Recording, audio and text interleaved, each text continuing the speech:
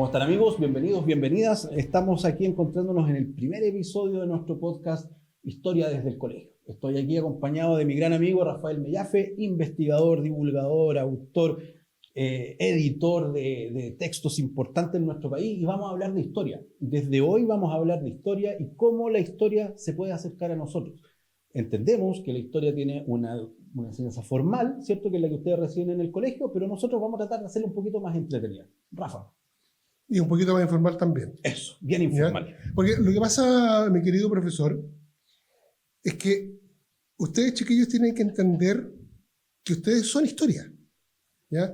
Si ustedes se preguntan qué día nací yo, en el caso mío, 9 de febrero, y se preguntan luego, ¿y ese día fue importante para la historia? Obvio que sí, po. Llegaron ustedes al mundo, importante era la mamá, obvio, el papá, los hermanos, los abuelitos, los vecinos, el barrio, correcto, la cuadra, para arriba, y así vamos creando este macronúcleo que es historia, y ustedes son parte de la historia tanto de Chile como del mundo. Entonces es muy importante comprender no solo la historia, sino que los procesos históricos. Ahora bien, hay que entender lo siguiente. Cuando nosotros vemos la historia, muchas veces pensamos en fechas, en lugares, en personajes, pero no comprendemos cuál es la idea de aprender historia. ¿Por qué aprendemos historia? A ver, empezamos a pelear al tiro, ¿no? La historia no es una foto, no es un señor que se quedó. No, la historia es dinámica, la historia cambia constantemente. El hecho histórico es el fijo. Arturo Prat murió el 21 de mayo de 1879, punto. ¿A qué hora murió? Claro. ¿Cómo murió? O sea, esa es la diferencia. El hecho histórico es que murió. Sabemos cuándo y dónde. Okay. ¿Ya? Nunca me acuerdo de cuál de las esmeraldas estaba, si en la segunda o en la tercera. ¿Tú te acuerdas? ¿Esmeralda? ¿Sí? Segunda. No, pues murió en Huáscar. pero dijiste en cuál esmeralda estaba. Sí. Ya, pues estaba en la segunda. Ya, bueno. Está bien. Bueno, no caí. ¿Se dan cuenta, chiquillos? Esa es la cosa que uno tiene que tener rápida. Es como cuántos animales entraron en el arca de Moisés. Claro. ¿Cuántos entraron? Muchísimos. No, pues ninguno. Porque el arca era de Noé, no de Moisés. Muy bien. ¿Ya? Entonces, eso es cuando uno hace estas preguntas capciosas, es para que ustedes estén atentos a lo que está pasando y cuáles son los procesos históricos de los cuales estamos envueltos. ¿Ya? Entonces, el estudio de la historia, y voy a hacer una frase súper repetida, es saber de dónde vengo, y si sé de dónde vengo, por mis ancestros, sé quién soy. Y si yo sé de dónde vengo y sé quién soy, sé para dónde voy. Por tanto, esa es la esencia del estudio de la historia. El valor de la historia es poder entender dónde estás parado hoy en día. Claro. ¿Por qué estás acá? Por ejemplo, volviendo al ejemplo que tú estabas dando recién sobre Arturo Prat. A mí me gusta decirle a los chicos, por ejemplo, que me digan qué es ser un héroe. ¿Ya? ¿Ok? Entonces algunos te van a decir un héroe es quien enfrenta dificultades a pesar del temor, el miedo, etcétera. Un héroe que hace esto, lo otro, etcétera. Lo comparan mucho con los superhéroes, hay otros que hablan de los héroes clásicos, etcétera. Entonces, después tú les dices a los chiquillos, por ejemplo, investígame sobre el 21 de mayo, pero dime, desde tu perspectiva, si Arturo Prat fue o no fue un héroe. Ya, ¿Okay? interesante. ¿Por qué? Porque si yo a los chicos el día viernes les digo, tráiganme el lunes un trabajo sobre el 21 de mayo, con esas indicaciones, el día lunes voy a tener 24 trabajos iguales, idénticos. Pero ya, yo les digo, díganme ustedes si es que Prat fue o no fue un héroe. Con sus palabras. Con sus palabras. ¿Qué es lo que va a pasar? Que va a haber un grupo que me va a decir, profesor, él fue un héroe, porque dio más de lo que Chile esperaba por su patria, por defender el honor, etcétera, etcétera. Y puede que haya otro chiquillo o una niña que me diga, no, si él era un oficial de marina, él estaba haciendo su pega. Comprendo con su deber. Ya, ahora, ¿cuál de los dos tiene la razón? Los dos y ninguno. ¿Qué es lo que me importa a mí como profesor? Saber cómo él llegó a esa conclusión personal. Es que mira, tocaste un tema que es súper interesante. Yo salí hace hartos años del colegio, pero cuando yo estudiaba historia con un profesor que era extraordinario, la historia era una serie de acontecimientos seguidos en el tiempo, sin contexto. ¿Ya? Y si tú tienes esos acontecimientos seguidos en el tiempo sin contexto, pasan a ser todos iguales. Correcto. Y ninguno importa. Y todos importan al mismo tiempo. ¿Ya? Entonces, cuando tú, digamos con el ejemplo de Prat, cuando tú tienes un mundo en que no había electricidad, por tanto no había teléfonos celulares, no había cámaras fotográficas, no había películas, no había camiones, no había aviones, no había nada de eso, y un señor hace un acto que va más allá de lo esperable, obviamente pasa a ser un héroe. Hoy día ser héroe es un poco más complicado. Un poco más complicado, porque todo el mundo espera que tú hagas más de algo. Siempre ¿ya? se espera que la gente haga más de lo que debe hacer. ¿Y tú sabes quién es? Yo pienso que es un héroe. ¿Quién es?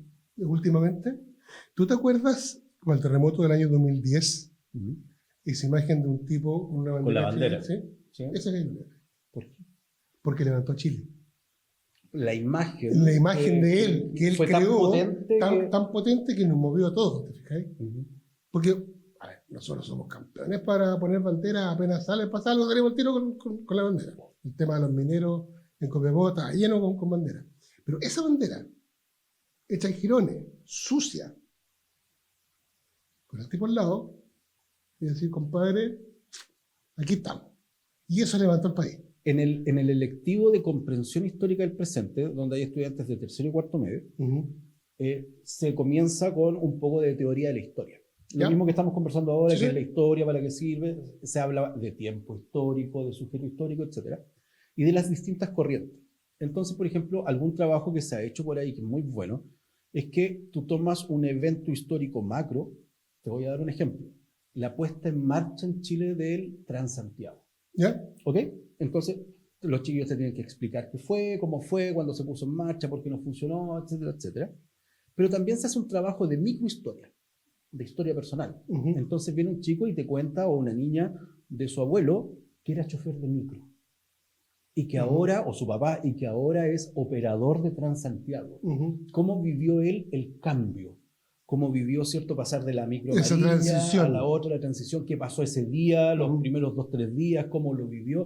Y ahí le da sentido al estudiante un hecho histórico macro desde lo micro y desde lo familiar. Fíjate que hace un tiempo atrás conocí a un tipo cuyos padres eran croatas. Y él me decía que todos los días domingos su mamá hacía una comida de Croacia así con receta autóctona. Porque de esa manera mantenía la tradición croata en la casa. Y él con su mujer actual hace exactamente lo mismo para que sus hijos la sigan manteniendo. Entonces, cuando uno te encuentras de palmazo de frente con la historia, o con gente que tiene cierto bagaje histórico, es re importante escucharlo para que uno de eso pueda sacar alguna conclusión válida y buena. Correcto. Porque uno normalmente en la vida diaria no nos damos cuenta, pero estamos haciendo historia. Pero te vas por encima de muchas cosas, porque estamos metidos en el tráfago normal de la vida, pero detengamos un minutito. Volvamos a Arturo Prat. 60 segundos. Pensemos en Arturo Prat. Pero no solamente en él. Pensemos en su señora, la Carmela Carvajal. ¿Qué es lo que tiene que ver sentido esa mujer cuando supo que su marido había muerto? ¿Por qué tú crees que Carmela Carvajal, vamos a seguir con el ejemplo de Prat, ¿por qué Carmela Carvajal es hoy un personaje histórico dentro de la historiografía chilena? Porque hay colegios con el nombre de Carmela Carvajal, hay CESFAM, consultorios, calle. ¿Por qué? Porque Carmela Carvajal no estaba en la Esmeralda, entonces... No, Carmela Carvajal tuvo no sé si la fortuna o la mala fortuna, de ser la viuda del máximo héroe de la Armada de Chile. La fortuna porque sí pudo encauzar, fue una mujer bastante buena en general, hizo mucha actividad social. Pero por la otra punta le impidió ser ella. Claro. ¿Te fijas esa dicotomía? Ella tenía que ser el personaje. ¿Te imaginabas tú a la Carmela Carvajal después de 10 años de viudez, casándose en segundas nupcias? Imposible.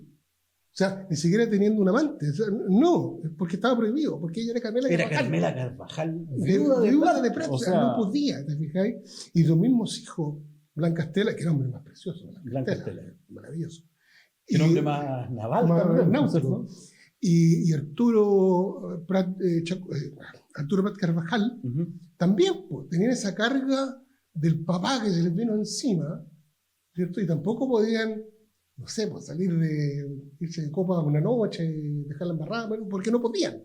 Entonces, está esa dicotomía entre el ser y el hacer, ¿ya? Pero volvamos a la historia porque nos fuimos por otro lado. Sí, pero está dentro de lo que los estudiantes aprenden, porque para comprender el presente, para poder desarrollar el pensamiento crítico, los chiquillos tienen que ser capaces de cuestionarse como lo estamos haciendo nosotros en este momento. Entonces, por ejemplo, una de las preguntas que yo siempre le hago a los estudiantes y que les cuesta responder o no se atreven porque la hago siempre en marzo, es ¿cuál es la diferencia que hay entre periodismo e historia? ¿Cuál crees tú que es la diferencia entre periodismo? 10 años. 10 años mínimo, ese es como el... A ver, dentro de los círculos de los historiadores, no es una ley escrita, pero tácitamente se entiende que lo que pasó hace más de 10 años es un hecho histórico. Lo que pasó menos es crónica periodística. Ya. Esto es lo mismo si nosotros estamos en una esquina con 5 personas más y hay un choque. El auto rojo choca con el auto blanco. Todos vemos el mismo choque, pero todos vamos a tener versiones distintas. Que la señora venía hablando por celular, que el otro venía haciendo un cigarro, que se pasó con los rojos, no que era con los amarillos, que venía eso de velocidad, que iba a girar, pero no giró. Hay que esperar una investigación. Y el periodista, el reportero, te entrega la información inmediata. Exactamente, el reportero va a llegar. El análisis vendría a ser... Exactamente, eso es. ¿Ya? Entonces, al hecho histórico tú tienes que darle tiempo. Bien, estamos claros con respecto a eso, a periodismo, historia, los tiempos históricos. Que es importante por lo demás. Ahora, yo recuerdo cuando era más chico, y yo creo que a todos les pasó, los que nos están mirando, que ya están en educación media, ¿te acuerdas tú que había cuestiones como súper fijas? En matemáticas te enseñaban las tablas de multiplicar. Sí, y 2 por 2 era 4. Sí. Así de simple. Ya. Los símbolos patrios de Chile eran la bandera, el escudo, ¿cierto? La canción nacional. Los himnos, inclaudicables, ¿cierto? Exactamente. Ok, perfecto. ¿Qué otros símbolos podemos encontrar con el paso del tiempo que nos pueden demostrar lo que es la historia de un país? Esa pregunta muy entretenida. Puede ser la camiseta de la selección de fútbol. Por ejemplo, ¿Qué nos va uniendo? Lo que pasa es que el símbolo, ¿para qué sirve? Para identificar algo, ¿no es cierto? Si tú ves una foto de la Torre Eiffel, lo identificas como París. París, claramente. ¿Ya? Si tú ves una foto de un señor a caballo con un poncho atajando una vaca, rodeo chileno. Sí. Entonces, esos son los símbolos que nos van identificando a un país y a las personas que estamos habitando dentro de ese país. Entonces, claro, está la canción nacional, está la bandera, está el escudo, pero está la cordillera, está la costa, está el mar, ¿ya? Está la Antártida. Entonces, todas esas imágenes nos van identificando a Chile, a los chilenos, y cómo nos vamos sintiendo nosotros en relación a aquello. Y puede ser que los símbolos vayan cambiando con el tiempo, porque tenemos un caso insigne, la estatua del general Baquedano, ¿sí?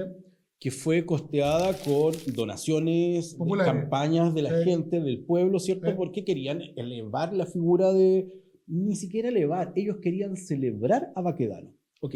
Ponerlo en su lugar. Y hoy por hoy hace unos años atrás, ya no tanto, fue bien vilipendiada la figura de Baquedano y después salieron varios defensores a ponerlo en otro lugar.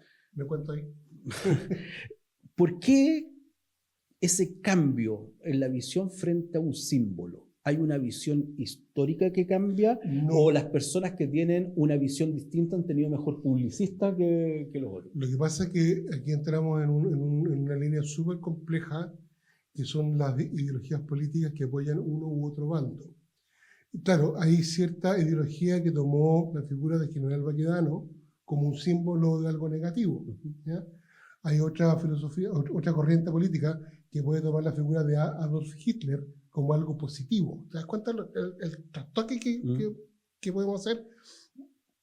Podemos hablar que quizá uno de los grandes genocidas de la humanidad fue Stalin o Pol Pot. Yo diría que fue Julio César. Sí. Entonces, depende del momento histórico donde estemos, depende de lo que uno pretende hacer y como te dicen en el marketing, depende de lo que tú quieres vender. si yo quiero vender a una figura como Sor Teresa de Calcuta, como una santa incólume, tengo que generar una campaña de marketing para aquello, ¿ya? Y por tanto cambia el símbolo. En cambio, si yo quiero destruir, que es más fácil destruir que construir por lo demás. Sí. Si yo quiero destruir una imagen de algo, entonces uso mi fuerza y mi potencia para aquello. Y eso fue lo que hicieron con Baquedano. Ahora, por ejemplo, cuando vemos que esto ocurre, bueno, hubo un momento en nuestro país hace muy poquito que se mencionó que hasta se querían cambiar los símbolos patrios. Sí, claro. ¿Ya? ¿Tú reconoces, por ejemplo, la responsabilidad que tenemos los profesores de historia? Por supuesto. Porque, por ejemplo, yo tomo un chiquillo en séptimo básico y lo tengo hasta cuarto medio y yo le puedo enseñar que Hitler es lo mejor del mundo y el cabro va a salir de cuarto medio haciendo nazi. Sí.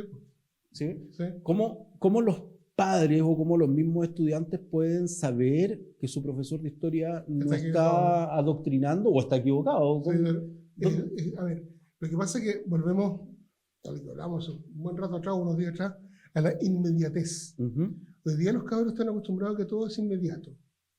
Quiero mi hamburguesa ahora, ¿ya? Y se quedan con el titular. Y lamentablemente esa cuestión es súper peligrosa porque podemos decir que el señor Stalin era un santo, que Adolf Hitler era un santo y que Sor Teresa de Calcuta era una prostituta. ¿Te fijáis? O sea, podemos trastocar todo. Pero el alumno tiene que ser capaz de preguntarse, está bien que sea profesor, pero ¿estará correcto lo que me dice? Investigo un poquito más, Google, Wikipedia, tampoco es para entrar en profundidades.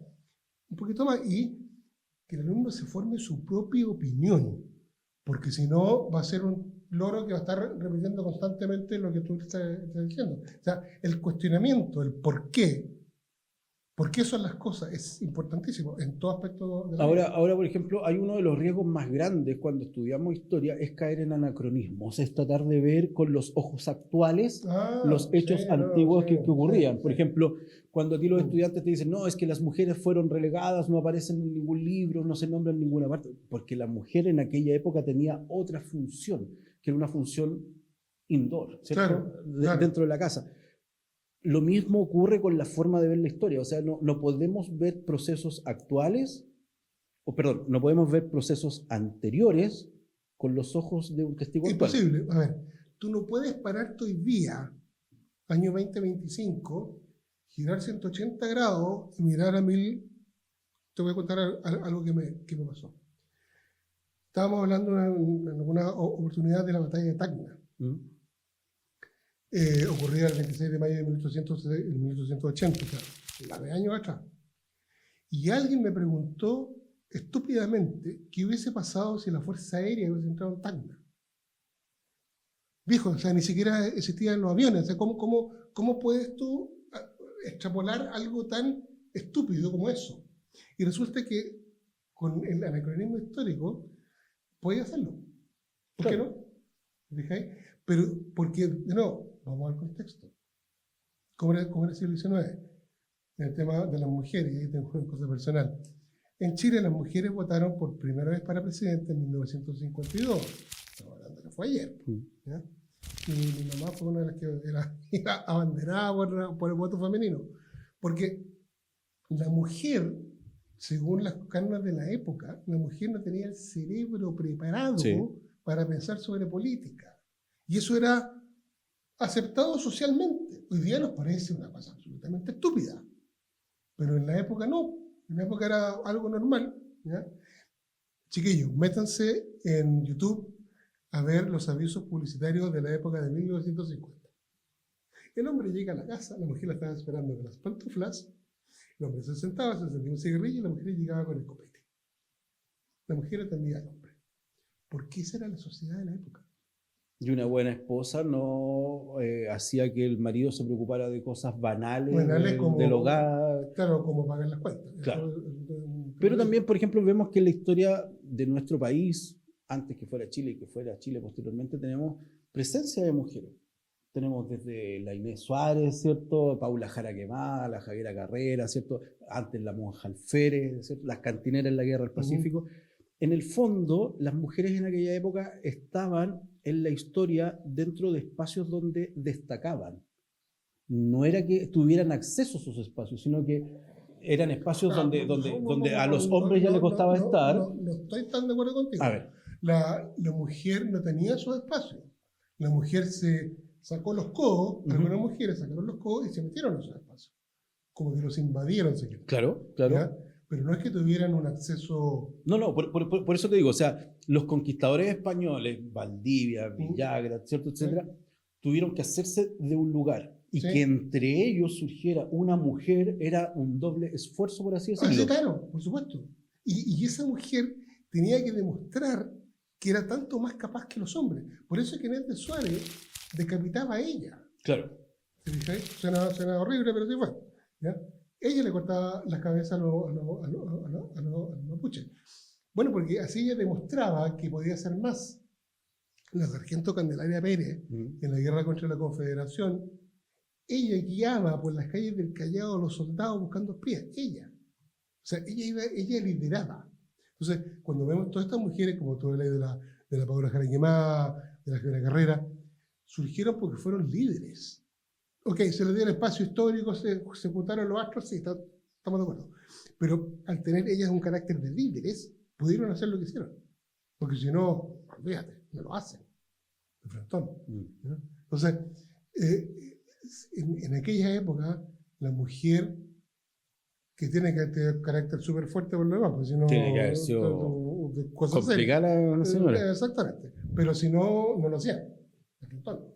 Ahora, por ejemplo, cuando los chiquillos caen en este tema de ver con los ojos actuales hechos pasados, ocurre que también buscan la inmediatez en la información para explicarse lo que ocurrió. Entonces, explicar, por ejemplo, la Segunda Guerra Mundial no es una cuestión que tú te la das en dos causas. La Guerra del Pacífico no es solo a causa del salitre, no, dame más, profundiza más. ¿Qué pasa con eso? Porque eso ocurre en los colegios, ocurre en las casas, le ocurre a muchos de ustedes cuando están conversando. Lo que pasa es que yo creo que la formación de los alumnos o de los jóvenes parte en las casas. ¿Ya? El colegio es un mero apoyo a lo que entra. Si tú tienes un hogar, papá, mamá bien constituido, los cabros van a salir normales y van a asistir y van a tener buenas o malas notas, está bien. Si tú tienes un problema familiar grave, de, por ejemplo, padre alcohólico, madre drogadicta, tienes un problema. El niño tiene un problema entre manos que no lo sabe manejar porque es niño, por razones obvias, ¿te fijáis? Entonces, la primera pata de esto está en la casa, sin duda alguna.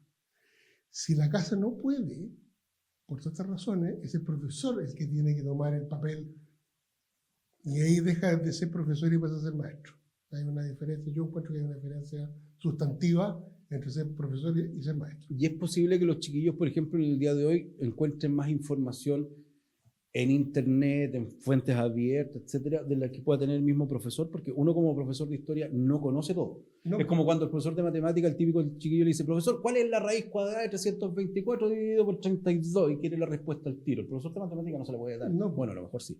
O cuando a uno le dicen, por ejemplo, profesor, ¿cómo se llamaba la abuelita de Bernardo Higgins? Uno no tiene esos datos. No. Uno sabe cómo buscarlos, sabe cómo usarlos, esos datos. Ahora, entre paréntesis, lo mejor de que a uno le guste la historia, de que trabaje con historia, de que sea profesor de historia, ¿cierto? Es para los asados. Anotar. Para los asados. Tú tiráis todos los datos y nadie te lleva a la contraria. Tú dices, en 1879, el sable que usaba el ejército chileno era curvo. Será, pues, ¿no? Ahora, volviendo a la pregunta. Pero sobre eso mismo. Si tú como profesor en el aula lanzas esa misma... el sable que usaba, chiquillos, búsquenlo. Si tienen Wikipedia, como digo, no es más que eso, búsquenlo. Pero por ejemplo, ¿por qué se perdió el uso del libro? Porque en mi época fue el Encarta. Sí, claro. Después apareció el Google, ¿cierto? Después apareció el Rincón del Vago. Sí, me acuerdo del Rincón del Vago. ¿Se acuerdan del Rincón del Vago, producción? Qué bueno, ¿cierto?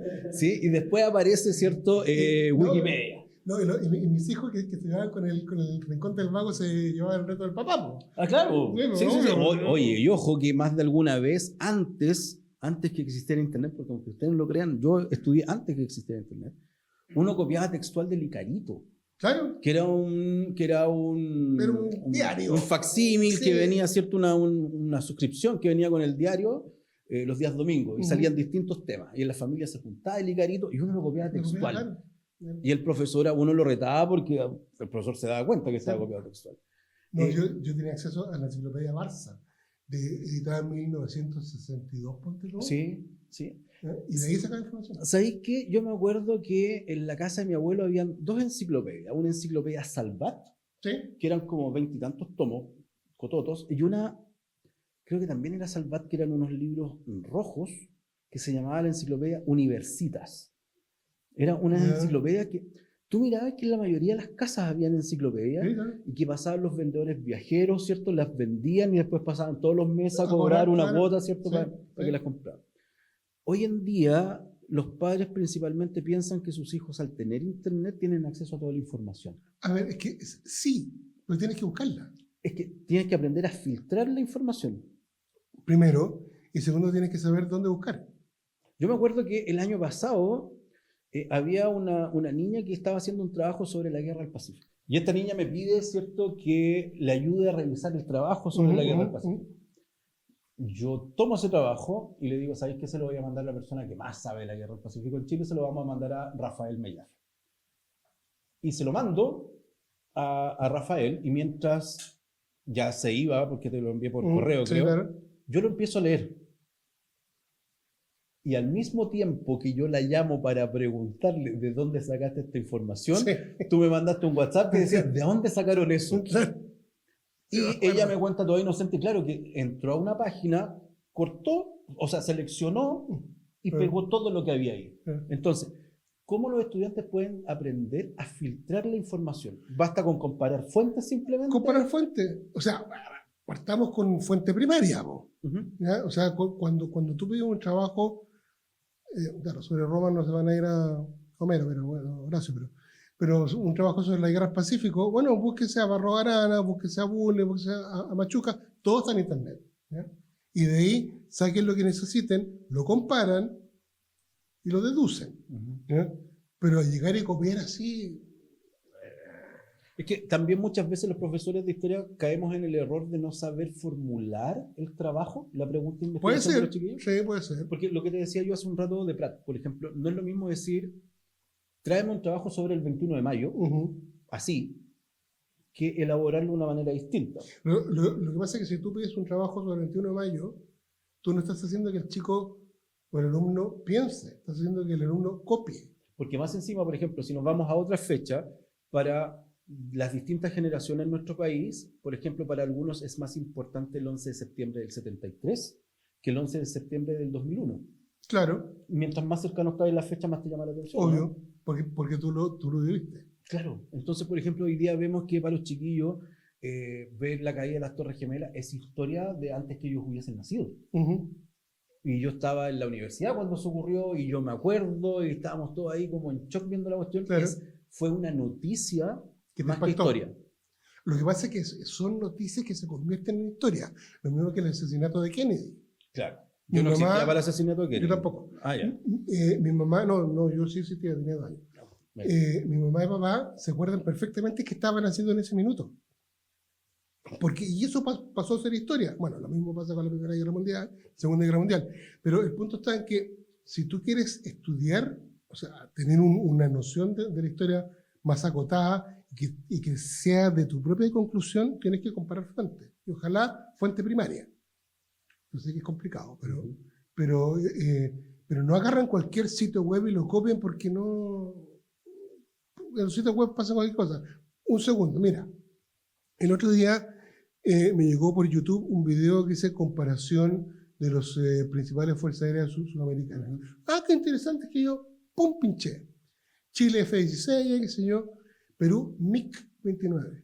MiG-29. Con C. Con C. Y es con G. No, compadre, o sea, ya partimos mal. ¿Okay? Entonces, si hay gente que sube este tipo de cosas sin ni siquiera saber que MIG viene de Microgram Weberich, es MIG y no MIC, estamos mal. Y además que las mismas fuentes que ustedes encuentran, a las cuales recurren estas personas que suben videos a YouTube, muchas veces están erradas. Por ejemplo, el mismo caso que tú estás dando de las Fuerzas Aéreas, nombran en Chile al CASA C-101 cuando ya está dado de baja, Sí, claro. que ya no se usa en Chile, ¿cierto? Pero lo nombran y lo suman, ¿cierto? A los aviones. Entonces, tienen que tener cuidado ustedes, no se queden con una sola fuente, busquen más. Sí. No se queden solo con el video, busquen en páginas, busquen en libros, traten de buscar. Mira, Wikipedia, publicaciones indexadas. Mira, Wikipedia es bien superficial, cada uno escribe lo que quiere, pero tiene fuentes. Sí. Abajo tiene fuentes. Abajo tienen las fuentes, las referencias. Búsquenla, porque ahí está de repente lo que uno necesita exactamente, trunta ahí. ¿No? Sí, correcto, eso es cierto. Ahora, la idea de nosotros con este podcast, hoy día nos enfocamos en qué es la historia, para qué sirve la historia y cómo estudiarla. Desde nuestro próximo episodio, nosotros vamos a tener un invitado aquí al centro. Nos vamos a correr un poquitito, ya estamos medio gordos, pero no importa, vamos a corrernos allá. Y vamos a tener un invitado. ¿Medio gordo? Yo estoy gordo entero. No, yo estoy gordo completo en realidad. Y nos vamos a enfocar en distintos temas que ustedes están pasando en el colegio para tratar de verlo de una manera externa, de una manera más divertida, traer a un especialista en esta área, y va a ser una conversación de 3 donde vamos a tener más gente, ¿no? Sí, señor. ¿Te parece bien esa idea? Me parece muy buena idea, y además que encuentro que es muy buena idea que sea una cuestión divertida, alegre, simpática. ¿Ya? Yo, por ejemplo, tengo colegas que le encantan distintos periodos de la historia. Hay una que le gusta estudiar los homínidos, los australopithecus, le fascina. Hay otro que le gusta más la historia contemporánea, otro que le gusta la Edad Media, la Antigua, etc. Pero no importa, es el tema del que están viendo en ese preciso nivel en el colegio, y lo vamos armando junto con el resto de la historia. Correcto, entonces, muchachos, señoritas, los invitamos. Totalmente a nuestro próximo invitados. episodio. Sí. Vamos a estar aquí y vamos a ir preparando nosotros el próximo episodio, como les digo. ¿Cierto? Eso, compadre, gusto en verlo. Un gusto, don Rafael, un gusto verlo, y nos Chao, estamos viendo en bien. el próximo episodio. Cuídense mucho.